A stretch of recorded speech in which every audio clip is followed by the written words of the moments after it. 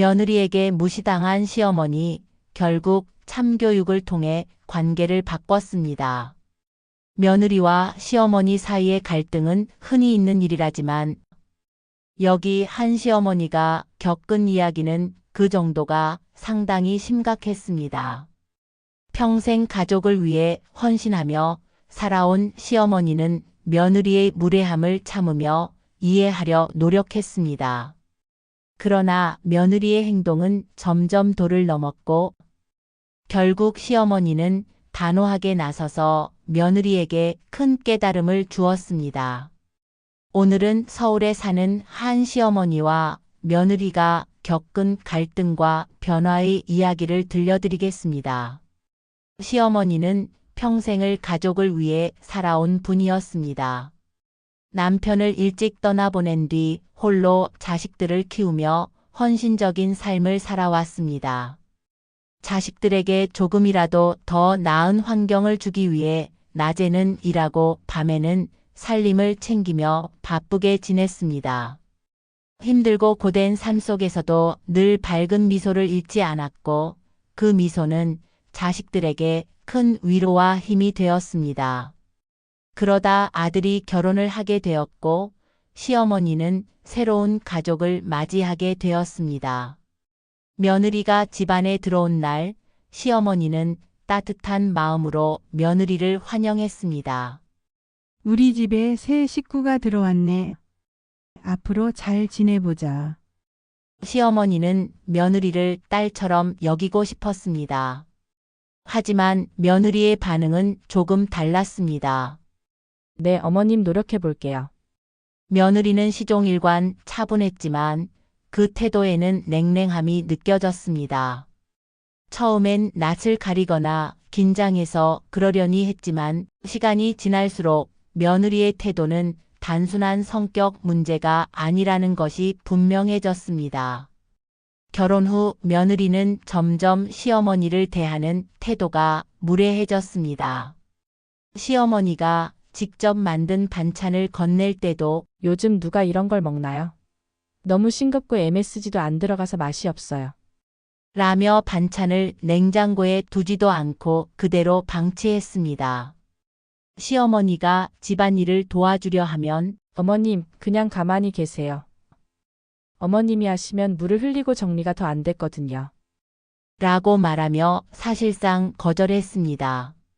시어머니는 자신이 며느리에게 불편한 존재가 되는 게 아닌가 걱정하며 한 발짝 물러났습니다.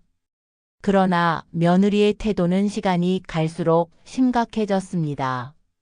특히 시어머니가 경제적으로 넉넉하지 않다는 점을 알고 나서는 대놓고 무시하기 시작했습니다. 요즘 부모님들은 자식들한테 지원도 많이 해주시잖아요. 어머님도 좀 도움을 주실 순 없으세요? 시어머니는 그 말을 듣고 당황했지만 웃으며 답했습니다. 엄마가 힘이 되지 못해 미안하구나. 시어머니는 애써 서운함을 감추며 며느리와의 관계를 유지하려 노력했습니다. 그러나 며느리는 시어머니의 배려를 이해하지 못한 채 갈수록 더 무례한 태도를 보였습니다. 결정적인 사건은 명절에 벌어졌습니다. 매년 명절이면 시어머니는 가족을 위해 정성껏 음식을 준비하곤 했습니다. 이번에도 아침 일찍부터 시장을 보고 음식을 준비하며 바쁘게 움직였습니다. 하지만 며느리는 전혀 도와줄 생각을 하지 않았습니다. 소파에 앉아 핸드폰만 만지작거리며 시간을 보냈습니다. 결국 시어머니는 조심스럽게 며느리에게 말을 건넸습니다. 얘야, 나물 좀 다듬어 줄 수 있겠니? 그러자 며느리는 한숨을 쉬며 대답했습니다. 어머님, 요즘은 남자들도 같이 하는데 왜 저한테만 시키세요? 저는 그런 구시대적인 건 싫어요. 그 말을 들은 순간 주방은 얼어붙은 듯 정적이 흘렀습니다. 시어머니는 당황했지만 참고 또 참았습니다. 그러나 며느리는 거기서 그치지 않고 핸드폰을 만지며 덧붙였습니다. 그냥 배달하면 되잖아요. 어머님이 너무 옛날 스타일이라 불편해요. 그 순간 시어머니는 더 이상 참을 수 없었습니다. 조용히 수저를 내려놓은 시어머니는 단호한 목소리로 말했습니다. 그래? 요즘 부모님들은 자식들한테 도움도 많이 준다며? 그럼 우리 집 명절 음식도 내 부모님께 부탁하면 되겠네. 며느리는 당황한 표정을 지으며 아무 말도 하지 못했습니다. 그러자 시어머니는 이어서 말씀하셨습니다. 그리고 내가 시대에 뒤떨어진 사람이라고 했니? 나는 그 구시대적인 방식으로 자식을 키우고 혼자 일해서 너희 남편을 대학까지 졸업시켰다. 그게 그렇게 시대에 뒤떨어진 거니? 며느리는 얼굴이 빨개졌지만 여전히 아무 말도 하지 못했습니다.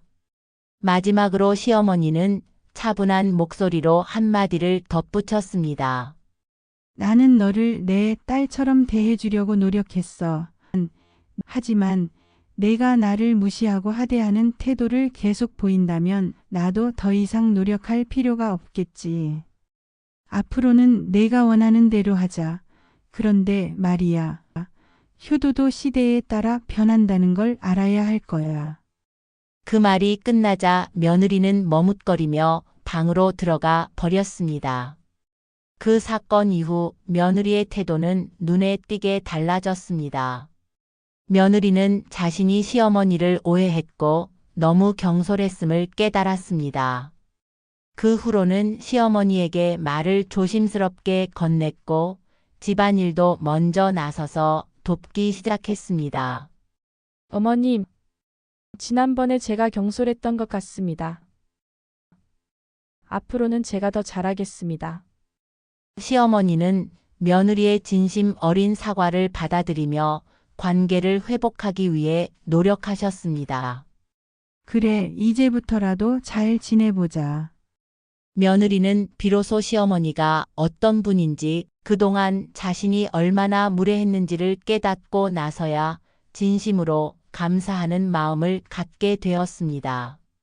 가족이라고 해서 무조건 참기만 해서는 안 됩니다.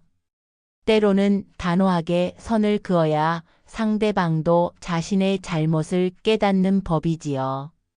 가족이란 이름 아래에서 상대방의 감정을 소홀히 대하거나 무례하게 행동하는 일이 반복된다면 결국 사랑도 존중도 멀어질 수밖에 없습니다. 진정한 가족 관계란 서로를 이해하고 존중하며 때로는 부족함을 채워주는 과정에서 더욱 단단해지는 법입니다. 며느리가 자신의 행동을 되돌아보고 진심으로 사과하며 감사의 마음을 전할 수 있었던 건 시어머니가 용기 있게 자신의 감정을 표현하고 경계선을 분명히 했기 때문입니다. 이처럼 관계를 유지하는 데 있어 중요한 것은 무조건적인 인내가 아니라 서로의 감정을 소통하며 건강한 관계의 기준을 세우는 것입니다. 여러분도 혹시 가족 관계에서 비슷한 고민을 하고 있지 않으신가요? 가깝다는 이유로 당연하게 여겼던 관계에 대해 다시 한번 돌아보고 필요한 선을 그으며 진정한 소통을 시작해 보는 건 어떨까요? 때로는 단호함이 상대방의 변화와 성장을 이끌어낼 수 있다는 사실을 기억하세요. 오늘의 이야기가 공감되셨다면 좋아요와 댓글로 여러분의 생각을 나눠주세요. 그리고 더 많은 감동적이고 의미 있는 사연을 함께 하고 싶으시다면 구독 버튼을 눌러 인생향기 채널과 함께 해주세요.